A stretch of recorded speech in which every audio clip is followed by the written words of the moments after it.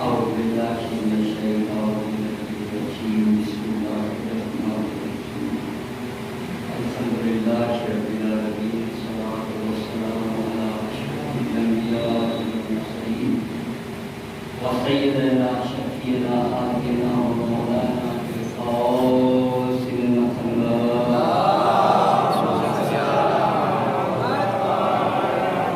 وعلى بيته الطيبين الطاهرين المظلومين المنتخبين المعصومين ولعنة الله على أعدائهم أجمعين من ليلنا هذا إلى قيام يوم الدين. أما بعد فقد قال الله تبارك وتعالى في القرآن المجيد بسم الله الرحمن الرحيم وتمنوا الموت إن كنتم صادقين. سلام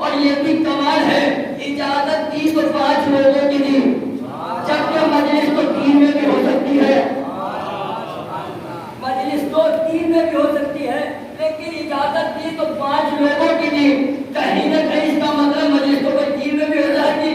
مجلس کے لیے کیا ہے؟ ایک مرثیہ خان، ایک تاکہ ایک لوہا خان، ہو گئی مجلس۔ لیکن 5 لوگوں کی پرمیشن ہی کیوں دی، 3 کی کیوں نہیں دی؟ اس کا مطلب کہیں نہ کہیں گورنمنٹ بھی جانتی ہے کہ ایک پنجتنی لوگ ہیں، ان کا کام 3 سے نہیں چلتا۔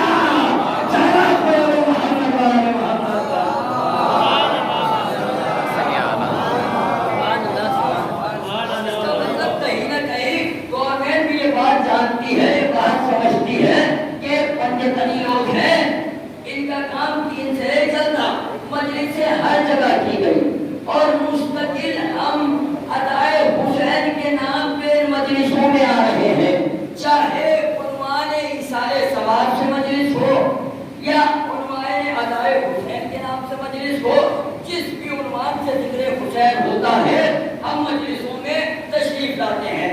آئیے میں اپنے موضوع کی طرف بات کو لے کے آتا ہوں۔ جو آیت میں نے تلاوت کی ہے بہت ہی مختصر سے وقت میں اپنی بات کو آپ تک پہنچا دوں گا۔ علماء اکرام کی موجودگی میں گفتگو کر رہا ہوں، اور جب اتنے معتبر اور محترم سامعین اکرام تشریف فرما ہو تو خطابت کے چہرے پہ پسینہ آ بھی نہیں سکتا۔ میں بڑی آہستہ آہستہ آپ تک باتیں پہنچاؤں گا۔ جو آیت میں نے تلاوت کی ہے اس میں ارشاد ہوا فَتَمَنَّوُا الْمَوْتَ إِن كُنتُمْ صَادِقِينَ، اگر تم سچے ہو تو موت کی تمنا کرو۔ سورہ جمعہ کی آیت ہے، آیت نمبر 6 ہے، اور اس آیت کا آخری حصہ میں نے تلاوت کیا۔ اس میں خداوند کریم یہ ارشاد فرما رہا ہے کہ اگر تم سچے ہو تو موت کی تمنا کرو۔ تمنا، آرزو، حسرت، یہ سارے ثواب کے حوالے سے مجلس ہے تو تھوڑا سا آمادگی کے ساتھ سنتے رہیے گا، کچھ ضروری باتیں آپ کے اذان عالیہ تک پہنچانی ہے۔ تمنا، آرزو، حسرت اس چیز کی جاتی ہے جس چیز کے اندر کوئی فائدہ ہو، اور خدا کہہ رہا ہے کہ اگر سچے ہو تو موت کی تمنا کرو۔ اچھا یہ موت ہے کیا؟ ہم نے موت کا تصور بنایا کیا؟ کیا ہاتھ پیر کے کام نہ کرنے کا نام موت ہے؟ کیا آنکھوں کے بند ہو جانے کا نام موت ہے؟ کیا زبان کے خاموش ہو جانے کا نام موت ہے؟ کیا دھڑکن کے رک جانے کا نام موت ہے؟ کیا سانسوں کے تھم جانے کا نام موت ہے؟ موت ہے کیا؟ کیفیت کیا ہے؟ دیکھیے کائنات کی سب سے بڑی سچائی کا نام ہے موت، اور یہ ایسی سچائی ہے جس کا انکار کوئی مذہب، کوئی ملت، کوئی قوم والا نہیں کرتا۔ ہر انسان اس بات کا یقین رکھتا ہے کہ ایک دن وہ آیا ہے اور ایک دن اسے جانا ہے۔ ہر نفس کو موت کا ذائقہ چکھنا ہے۔ انا للہ و انا الیہ راجعون، ہمارا وجود اللہ کی جانب سے ہے اور ہم جائیں گے بھی اللہ کی جانب۔ تو ہر شخص کو موت تو آنی ہے۔ موت ہے کیا؟ جب آیا تھا اس دنیا میں، جب جنم لیا تھا، جب پیدا ہوا تھا تو ہاتھ تھے مگر اس لائق نہ تھے کہ کوئی وزن اٹھا سکے، پاؤں تھے مگر قوت سفر نہ تھی، زبان تھی مگر قوت گویائی نہ تھی، آنکھیں تھیں، دیکھنے کی صلاحیت تھی مگر سمجھنے کی صلاحیت نہ تھی۔ اب جا رہا ہے تو بھی کیفیت ایک ہے۔ اب ہاتھ ہیں مگر اٹھنے کے لائق نہیں، پاؤں ہیں مگر سفر کے لیے 4 ٹانگوں کی ضرورت ہے، آنکھیں ہیں مگر دیکھ نہیں سکتا، زبان ہے مگر بول نہیں سکتا،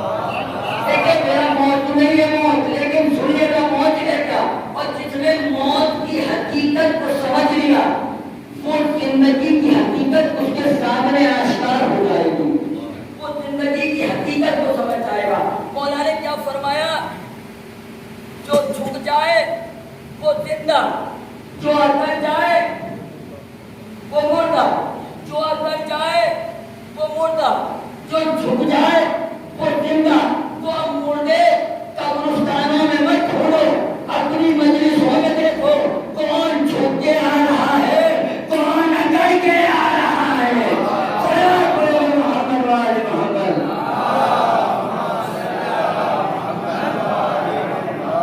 اب مردے قبرستانوں میں مت ڈھونڈو، اپنی معاشرے میں دیکھو، اپنی مجلسوں میں دیکھو کون اکڑ رہا ہے، کون چھپ رہا ہے۔ آئیے موت و حیات کے فرق کو واضح کرنے کے لیے اور دیکھتے ہیں موت کہتے کسے ہیں، موت و حیات میں فرق کیا ہے۔ تھوڑا سا ایک دم متوجہ رہیے، میں سوال کر رہا ہوں۔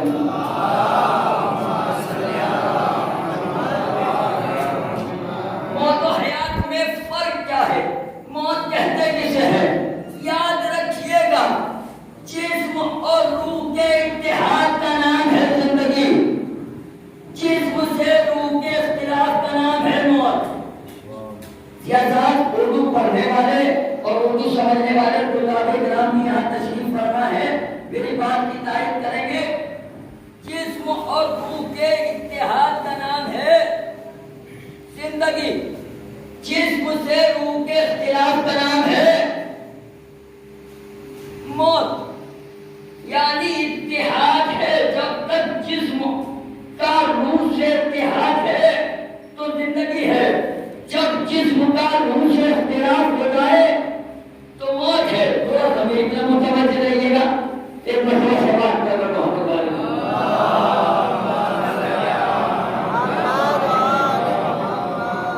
جسم اور روح کے اتحاد کا نام ہے زندگی، اور جسم سے روح کے اختلاف کا نام ہے موت۔ یعنی اتحاد زندگی ہے، اختلاف موت ہے۔ اتحاد زندگی ہے، اختلاف موت ہے۔ اب بھی نہیں سمجھے، تبھی تو ہمارے مشائخ کرام نے کہا کہ اتحاد قائم کرو۔ اتحاد زندگی ہے، اور یاد رکھیے گا جسم اور روح میں اگر اتحاد ہے تو انسان زندہ، اور بھائی بھائی میں اتحاد ہے تو رشتہ زندہ۔ اگر معاشرے میں اگر عقیدے میں اختلاف ہو تو مذہب کی موت، اعمال میں اختلاف ہو تو قوم کی موت، اور بھائی بھائی میں اختلاف ہو تو معاشرے کی موت۔ اب اگر کسی گھر میں آپ کو دیوار نظر آئے، بھائی بھائی میں اختلاف نظر آئے تو یہ مت سمجھنا کہ لڑائی ہوئی ہے، بلکہ سمجھ جانا کہ اس گھر سے رشتے کا جنازہ نکل گیا ہے۔ ضرورت پڑے گا محمد والے۔ جب تک جسم اور روح میں اتحاد ہے انسان زندہ ہے، جسم سے روح کے اختلاف ہے انسان کی موت ہے۔ قرآن کیا کہہ رہا ہے؟ فَتَمَنَّوُا الْمَوْتَ إِن كُنتُمْ صَادِقِينَ۔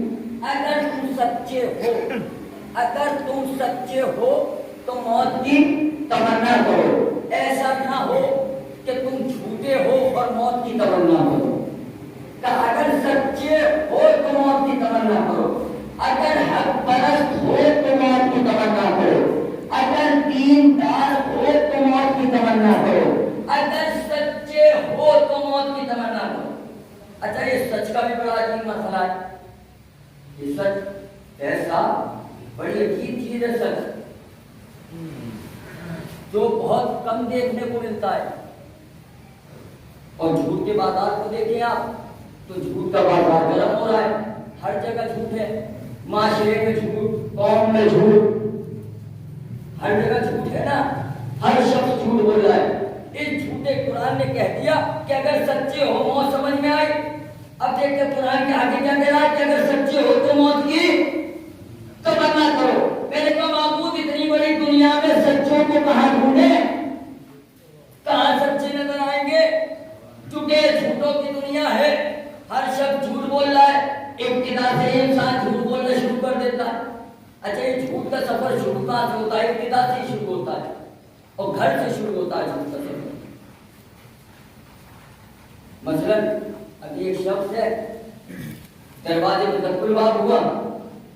اب جیسے کتب الباب ہوا اندر صاحب لیٹے, گرمی کا وقت ہے, جاؤں گا پتہ نہیں کہاں لے کے جائے گا, اگر جاؤں گا تو پھنس جاؤں گا. بیٹے سے کہا کہ یوں کہہ دو کہ بابا گھر پہ نہیں ہے, کہہ دو کہ بابا گھر پہ نہیں ہے. جھوٹ بولا, سفر شروع ہوا جھوٹ کا کہ بابا گھر پہ نہیں ہے, جھوٹ بول دیا.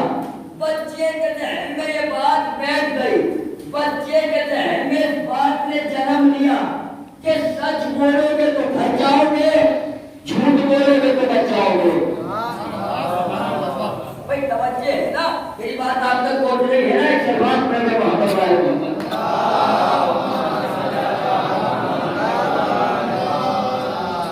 بہت آسان کر رہا ہوں اپنی گفتگو کو.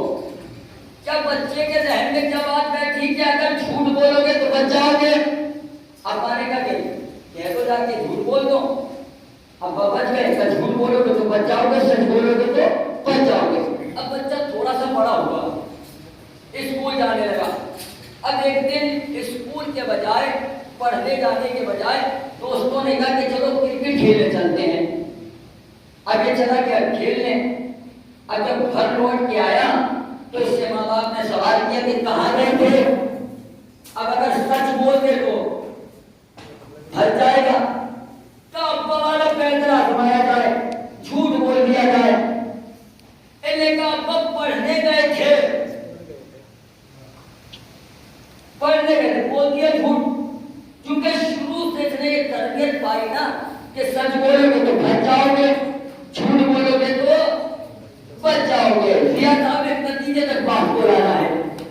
اب بڑا ہوا, آفس کی منزلوں میں آیا, کیونکہ شروع سے تربیت لیتا آ رہا تھا, جھوٹ بولو گے تو بچ جاؤ گے, سچ بولو گے تو بچ جاؤ گے.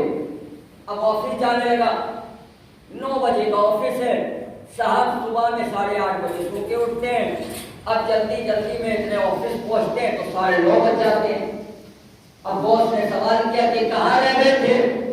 اگر سچ بولا تو بچ جائیں گے, جھوٹ بول دیا جائے. تب وہ ٹریفک میں پھنس گئے تھے, وہ جام لگ گیا تھا, جھوٹ بول دیا بچ گئے, جھوٹ بول دیا بچ گئے. اب ٹیکنالوجی نے ترقی کی, زمانے نے ترقی کی. اب ایک سسٹم بنایا ہے, اس سسٹم کا نام ہے جی پی ایس سسٹم.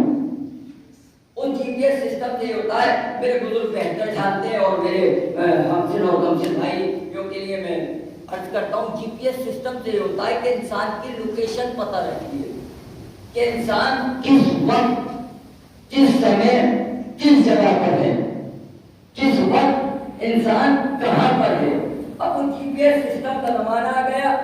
اب یہ سو کے صبح میں 8:30 بجے اٹھے, اب 9:30 بجے آفس پہنچے. جی پی ایس سسٹم کا زمانہ تھا. باس نے سوال کیا کہ کہاں گئے تھے, اتنی دیر سے کیوں آئے؟ اب یہ جھوٹ نہیں بولیں گے, اب یہ جھوٹ نہیں بولیں گے, اب انہیں سچ بولنا پڑے گا, اب انہیں سچ بولنا پڑے گا. میں کہوں گا کل تک تو جھوٹ کا دامن پکڑ کے زندگی گزار رہا تھا, آج سچ کے آنگن میں کیسے آ گیا؟ توجہ ہے نا, کل تک تو جھوٹ کے دامن پکڑ کے زندگی گزار رہا تھا, آج سچ کے آنگن میں کیسے آ گیا؟ تو مولانا صاحب کیسی باتیں کرتے ہیں. باس نے جی پی ایس سسٹم لگا دیا. اب باس آفس میں بیٹھ کے دیکھ رہا ہے, توجہ ہی نہیں ہے. اب باس آفس میں بیٹھ کے دیکھ رہا ہے. اب جھوٹ بولیں گے تو پھنس جائیں گے, اب سچ ہی بولنا پڑے گا کیونکہ باس دیکھ رہا ہے. اس کا مطلب اگر انسان کو یقین ہو کہ کوئی اسے دیکھ رہا ہے تو انسان جھوٹ نہیں بولتا. اگر انسان کو یقین ہو ایسا کہ کوئی اسے دیکھ رہا ہے تو انسان جھوٹ نہیں بولتا. اب میں جملہ آپ کی سماعتوں کے حوالے کروں گا, جیسا چاہے ویسا سنیے گا. اگر انسان کو یقین ہو کہ کوئی اسے دیکھ رہا ہے تو انسان جھوٹ نہیں بولتا. مجھے حیرت ہے اس انسان پہ کہ جسے انسان کے بنائے ہوئے جی پی ایس سسٹم پہ تو یقین ہے مگر نگاہ قدرت پہ یقین نہیں ہے. محمد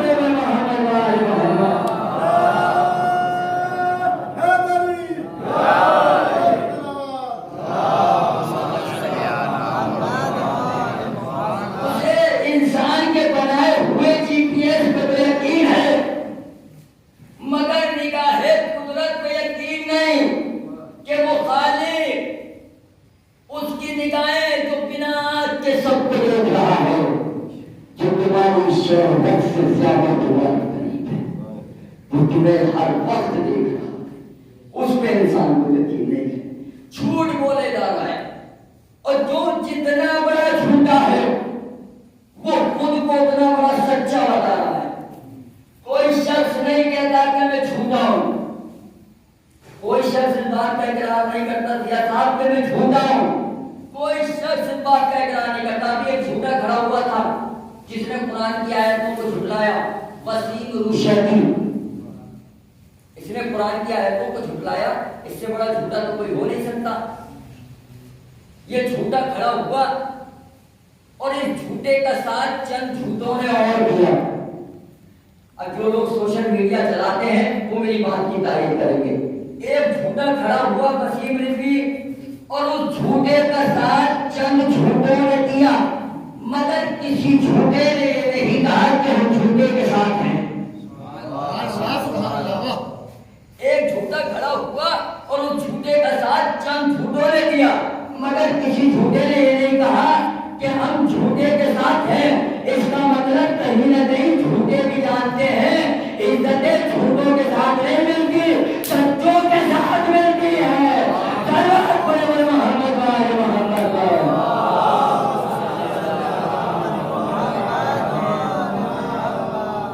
اس کا مطلب جھوٹوں کو بھی اس بات کا یقین ہے کہ عزتیں جھوٹوں کے ساتھ نہیں ملتی، عزتیں سچوں کے ساتھ ملتی ہیں، عزتیں سچوں کے ساتھ ملتی ہیں۔ اچھا، اگر کوئی جھوٹا خود کو سچا کہے تو اس کا علاج کیا ہے؟ اس کا کیا جائے؟ اگر کوئی زمانہ ایسا آ جائے کہ جب جھوٹ میں اور سچ میں تمیز نہ کر سکے انسان، اور جھوٹ اور سچ میں فرق واضح نہ کر سکے، تو اس وقت کرے کیا؟ کہ تمہیں کچھ کرنے کی ضرورت نہیں ہے۔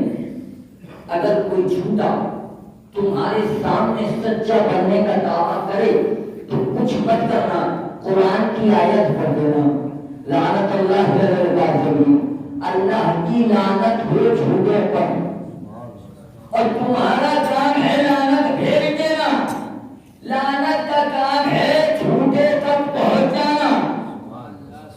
دیکھیں، آپ نے کہا جھوٹے پر لعنت، اب میں نے کہا لٹیرے پر لعنت، تو صرف باغ فکر لوٹنے والے پر لعنت نہیں جائے گی۔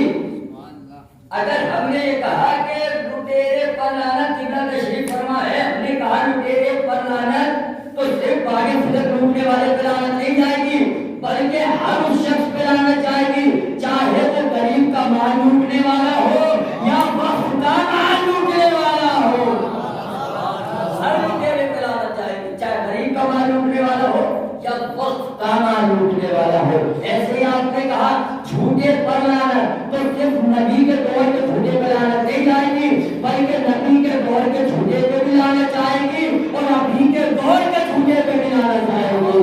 صلوات پڑھو محمد وعلی محمد۔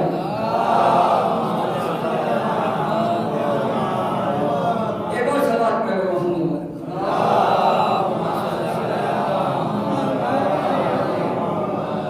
دیکھیں، میں اپنے وقت زیادہ ہو چکا ہے، اپنی بات کو سمیٹ رہا ہوں۔ صرف اس دور کے جھوٹے پہ لعنت نہیں جائے گی، بلکہ ہر دور کے جھوٹے پہ لعنت جائے گی۔ انسان کو سچ کا دامن پکڑ کے زندگی گزارنی چاہیے۔ سچا جو انسان اس دور میں دنیا میں سچ بول رہا ہے وہ بہت اکیلا ہے، بہت تنہا ہے، معاشرے میں بھی تنہا ہے سچ بولنے والا، یہاں تک کہ سچ بولنے والا اپنے گھر میں بھی اکیلا ہے، اپنے گھر میں بھی اکیلا ہے سچ بولنے۔ دو بھائیوں کا جھگڑا ہو رہا تھا، ایک صاحب نماز پڑھ کے مسجد سے نکلے، اب انہوں نے دیکھا کہ دو بھائی جھگڑ رہے ہیں، اب یہ صاحب آگے بڑھے، ایک بھائی جھوٹ پہ تھا، ایک بھائی سچ پہ تھا، اب ان صاحب نے سچ کو سچ کہہ دیا، جھوٹ کو جھوٹ کہہ دیا، ان دونوں نے آپس میں چھوڑا اور وہ ان سے لڑنے لگے کہ نہیں آپ کو بولنے کی کیا ضرورت تھی، آپ نے سچ ہی بول دیا۔ ادھر سے انصاف کے بیٹے آ رہے تھے، انہوں نے دیکھا کہ ابا جان کی تمہیں میں ہو رہی ہے، بیٹے پہنچے، بیٹے نے کہا کیا بات ہے، کیا ماجرا ہے؟ کہا ہم دونوں کا جھگڑا ہو رہا تھا، آپ کے والد صاحب نے آ کے سچ بول دیا، فوراً بیٹے نے پلٹ کے جواب دیا کہ ابا آپ کو سچ بولنے کی ضرورت کیا ہے؟ بھائی سچا تو معاشرے میں بھی اکیلا اور گھر میں بھی اکیلا تھا، ابا تمہیں سچ بولنے کی ضرورت کیا تھی؟ اب یہ چلے، اب گھر میں آئے، اب جو لوگ شادی شدہ کو میری بات کی تائید کریں گے، اب گھر میں بیٹھی تھی بیگم صاحبہ ناراض،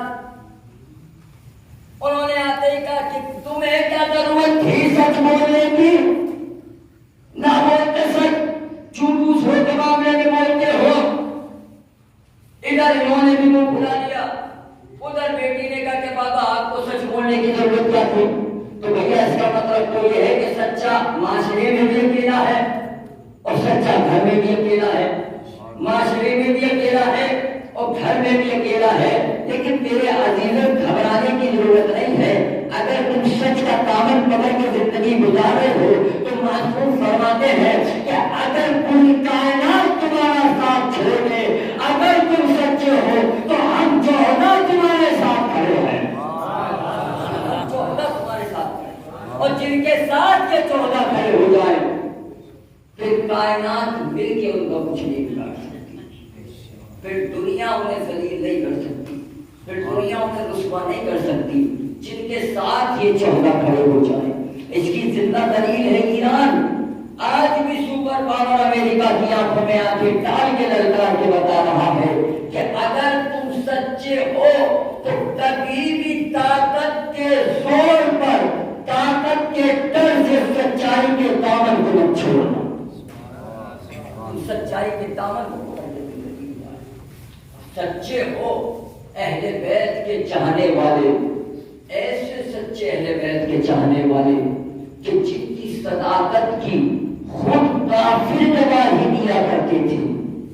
رسول سے لوگ یہ کہتے تھے کہ یا نبی اللہ ہم آپ کو اس قدر سچا مانتے ہیں، اگر آپ کہو کہ پہاڑ سے لشکر آ رہا ہے اور لشکر ہمیں دکھائی نہ بھی دے تو ہم خود کو تو اللہ کہہ سکتے ہیں، آپ کو جھوٹا نہیں کہہ سکتے، آپ کو جھوٹا نہیں کہہ سکتے۔ ایسے سچے اہل بیت، امام حسن سے فقیر شام نے کہا کہ حسن میں نے سنا ہے تم سچے ہو، مولا نے پلٹ کے جواب دیا کہ تم نے غلط سنا ہے، میں سچا نہیں ہوں بلکہ ہم ہی سچ ہیں، ہم سچے نہیں ہیں بلکہ ہم ہی سچ ہے۔ کہا حسن اگر تم سچے ہو تو بتاؤ اس درخت پہ کتنے پھل ہیں؟ مولا نے مسکرائے اور مسکرا کے کہا اس درخت پہ 4000 پھل ہیں۔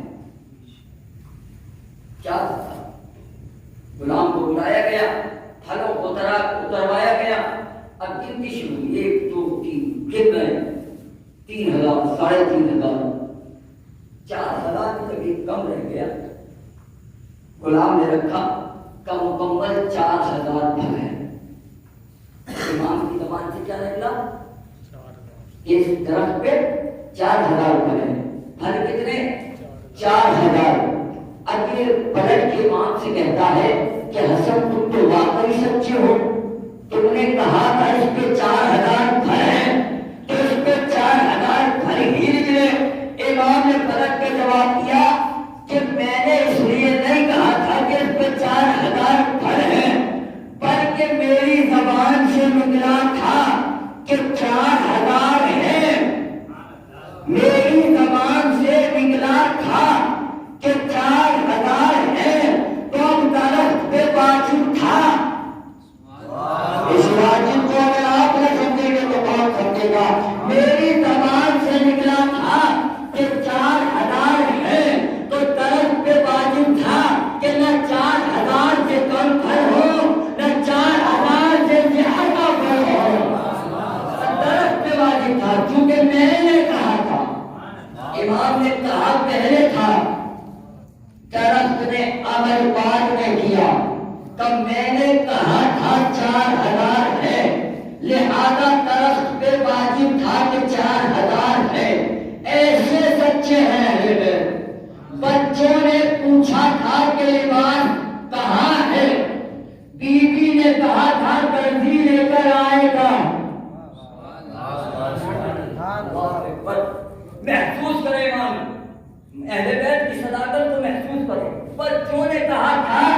لباس کہاں ہے؟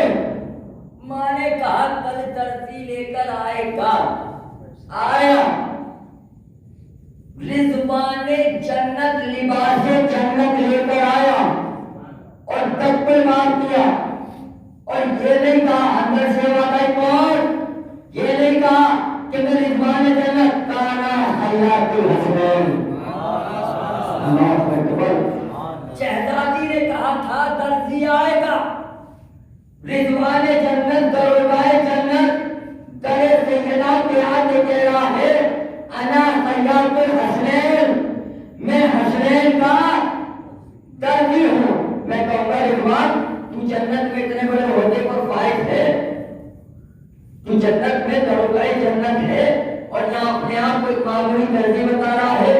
تو جب رضوان پلٹ کے آواز دے کہ میں رضوان جنت ہوں آدم کے لیے، میں رضوان جنت ہوں نوح کے لیے، میں رضوان جنت ہوں نبی کے لیے، میں رضوان جنت ہوں اسماعیل کے لیے، میں رضوان جنت ہوں یعقوب کے لیے، میں رضوان جنت ہوں یوسف کے لیے، میں رضوان جنت ہوں وزیر کے لیے، میں رضوان جنت ہوں یحییٰ کے لیے، میں رضوان جنت ہوں موسیٰ کے لیے.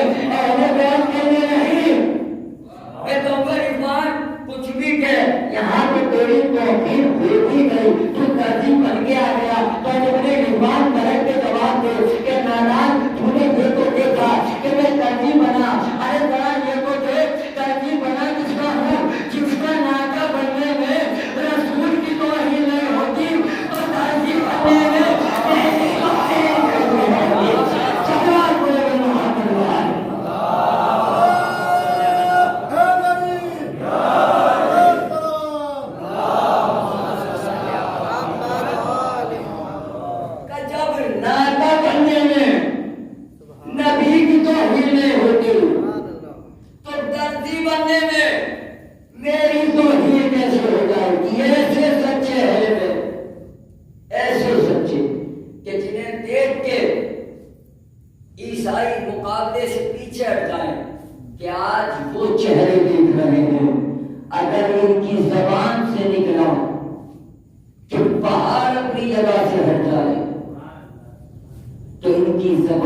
نکلنے سے پہلے پہاڑ رستہ بدل دے گا، پہاڑ اپنی جگہ چھوڑ دے گا. کہاں میں ایسے سچے دکھ رہے ہیں، ایسے سچے دکھ رہے ہیں، ایسے سچے ہیں. یہ منزل ہے صداقت کی، اہل بیت کی. بس آخری بات ہے اور اس کے بعد رب کے مسائل. یہ منزل ہے صداقت کی. شہزادی نے کہا پہلے درزی آئے گا، رضوان جنت آیا اور آ کے خود کو رضوان جنت نہیں بتایا بلکہ درزی بتایا. ایسے سچے ہیں لیکن چند جھوٹوں نے مل کے یہ ارادہ کیا کہ علی کو جھوٹا ثابت کریں.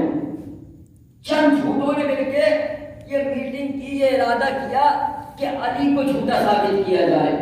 پہنچے گڑیا کے مکان پہ، کہا گڑیا تم نے سنا ہے علی نے سلونی کا دعویٰ کیا ہے، تم نے سنا ہے علی نے سلونی کا دعویٰ کیا ہے. دیکھیے واقعی سب سنے ہوئے ہوتے ہیں اور میرے سامنے وہ افراد تشریف فرما ہے کہ جن کے ذہنوں میں ہر وقت ہزاروں مجلسیں محفوظ رہتی ہیں. میں کوئی نئی بات نہیں پڑھ رہا، بس سب کا اپنا اپنا بیان ہوتا ہے، اپنا اپنا پڑھنے کا طریقہ ہوتا ہے. سروات پڑھے ہوئے محمد والے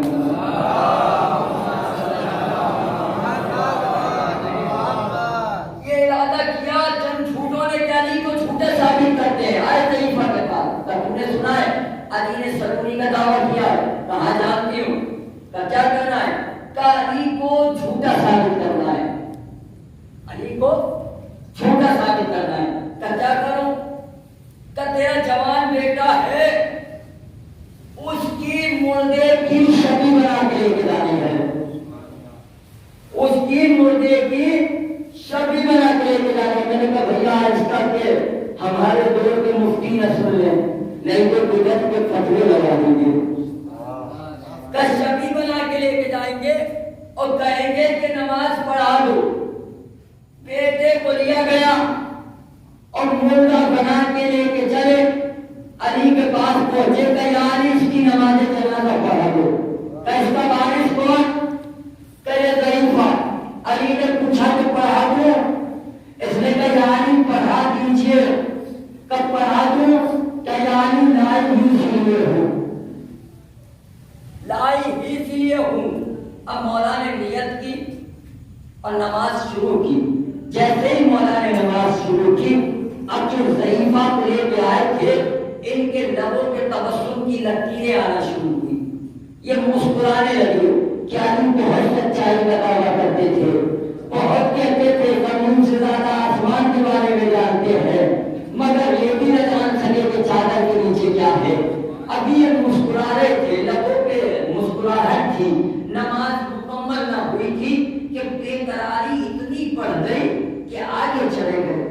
کہ یعنی یہ کیا کیا، کہ کیا ہوا، کہ یعنی زندہ کی نماز پڑھا دی، یعنی زندہ کی نماز پڑھا دی۔ مولا کے لبوں سے، صادق امام کے، سچے امام کے لبوں سے نکلا کہ یہ مردہ ہے، یہ مردہ ہے، کہ یعنی زندہ ہے۔ یہاں پہ میں ایک نقطہ پڑھتا ہوں، علامہ سرکار مہدی صاحب کا مرحوم بہت اچھا نقطہ پڑھا کرتے تھے۔ وہ کہتے تھے جیسے ہی لوگوں نے کہا کہ یعنی یہ زندہ ہے، مولا نے کہ یہ مردہ ہے، کہ یعنی یہ زندہ ہے، مولا نے پلٹ کے جواب دیا کہ تحقیق حیات پہلے تو اعتراض بعد میں کرنا۔ کہ یعنی زندہ ہے، کہ زندہ ہے۔ اب جو چادر اٹھا کے دیکھی تو زندگی موت میں بدل چکی تھی، زندگی موت میں بدل چکی تھی۔ امام نے کہا پہلے، مردہ ہوا بعد میں۔ اب جو اس ضعیفہ کو لے کے آئے تھے سب کے سب جانے لگے، سب کے سب بھاگ گئے۔ اما حیرت کی بات نہیں ہے، اگر یہ مکان چھوڑ کے بھاگ جائے تو حیرت نہ کرنا، یہ کوئی میدان چھوڑ کے بھاگ جاتے ہیں۔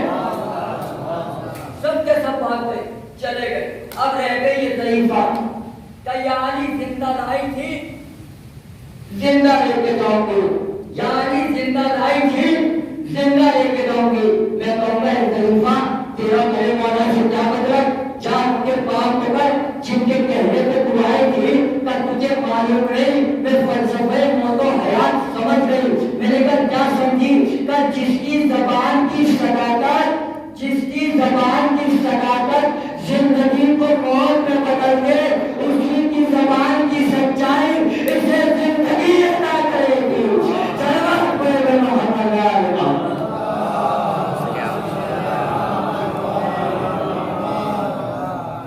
ایک اور سوال پہ محمد،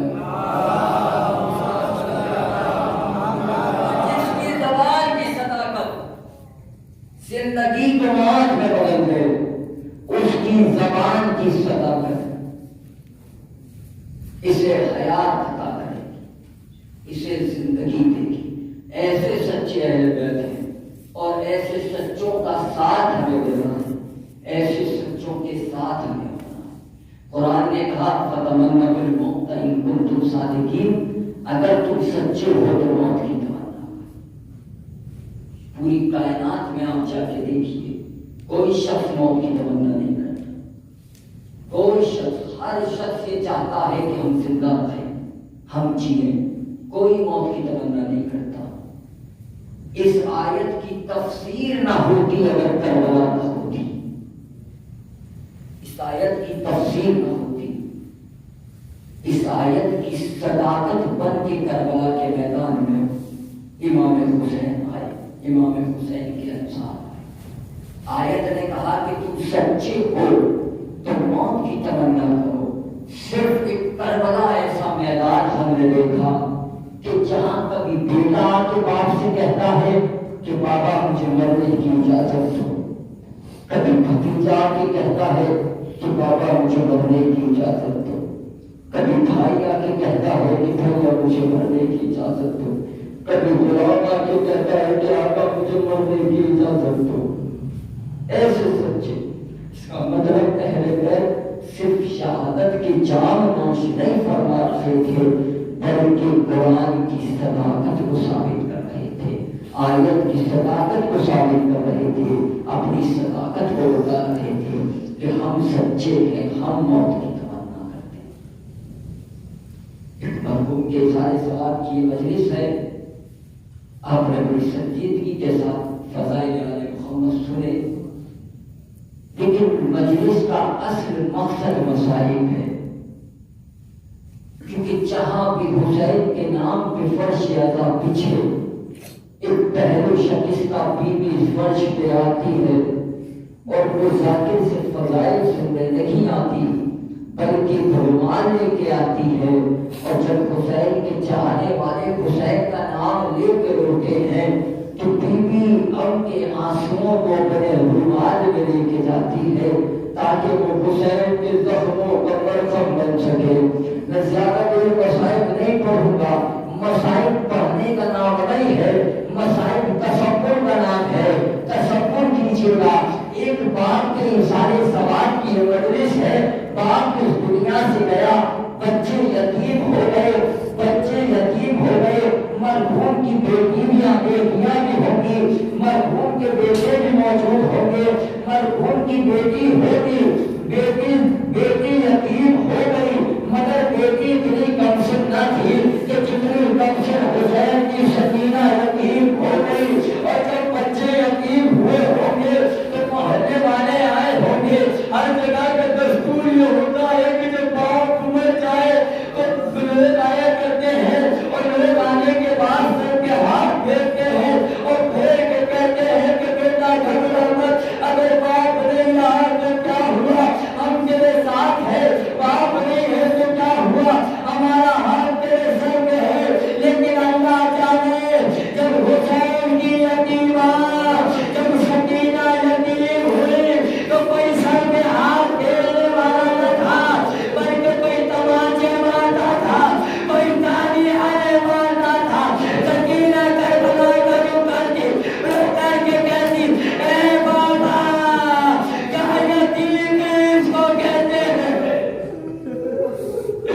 جب اللہ مولا تمہیں کوئی کرنا دے سنائے مجبور میں تو بہتر وہ بتا دے، اے بابا کیا یتیمی اس کو کہتے ہیں؟ بابا ایک باپ اس دنیا سے گیا، بیٹوں نے باپ کے سارے ثواب کی مجلس رکھی، اور جب باپ اس دنیا سے گیا تو باپ کے پاس بیٹے موجود تھے، مگر اتنے مجبور نہ تھے کہ ہاتھوں میں ہتھکڑیاں ہو، پاؤں میں بیڑیاں ہو، گلے میں توپ ہو، لیکن ایک بیٹا کربلا میں ہم نے ایسا بھی دیکھا کہ باپ کا لاشا بے گوڑوں بے کفن تپتی زمین میں پڑا رہا، بیٹے کے ہاتھوں میں ہتھکڑیاں، پاؤں میں بیڑیاں، گلے میں توپ تھی، اور طرف میں کہتا تھا، اے بوڑھی اماں، ارے اس بیٹے کے دل میں کیا گزرے گی جس کا جوان بیٹا موجود ہو،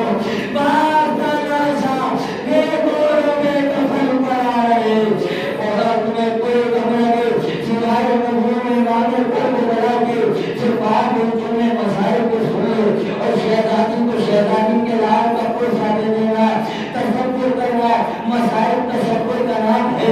تاریخ عالمیت میں ماں کو سب سے زیادہ جو محبت ہوتی ہے وہ اپنے بیٹے سے محبت ہوتی ہے، اور باپ کو جو محبت ہوتی ہے وہ اپنی بیٹی سے محبت ہوتی ہے۔ صرف ایک روایت پڑھوں گا تاکہ بات سمجھ میں آ جائے، مجلس ختم کر دوں گا۔ ایک ماں کو اپنے بیٹے سے کس درجہ محبت ہوتی ہے، جب ایک ماں دنیا سے گئی تو ماں کے دیدار کے لیے حسن آگے بڑھے، ماں کا دیدار کیا، ایک مرتبہ زینب آگے بڑھی، ماں کا دیدار کیا، مگر ایک بیٹا ایک کونے میں کھڑا رہا اور کہتا ہے جب تک اماں نہ بلائے گی حسین اماں کا دیدار نہ کرے گا۔ یہ ماں کی محبت تھی کہ بندے کفن ٹوٹے، آواز دی، آ میرے لال حسین، آ میری روشنی اٹھا، آ میرے پاس آ جا۔ یہ ایک ماں کی محبت تھی، ایک بیٹے سے محبت تھی کہ بیٹے کو قریب بلا لیا۔ ایک باپ کے سارے ثواب کی مجلس ہے، لیکن باپ اپنی بیٹی سے کس درجہ محبت کرتا ہے۔ یزید کا دربار ہے، چار برس کی حسین کی یتیمہ کھڑی ہے، ظالم دربار میں ہے، ظالم نے کہا اے سکینہ میں نے سنا ہے تیرا بابا تجھ سے بہت محبت کرتا تھا۔ سکینہ کہتی ہے ظالم میرا بابا مجھ سے بہت محبت کرتا تھا۔ ظالم نے کہا سکینہ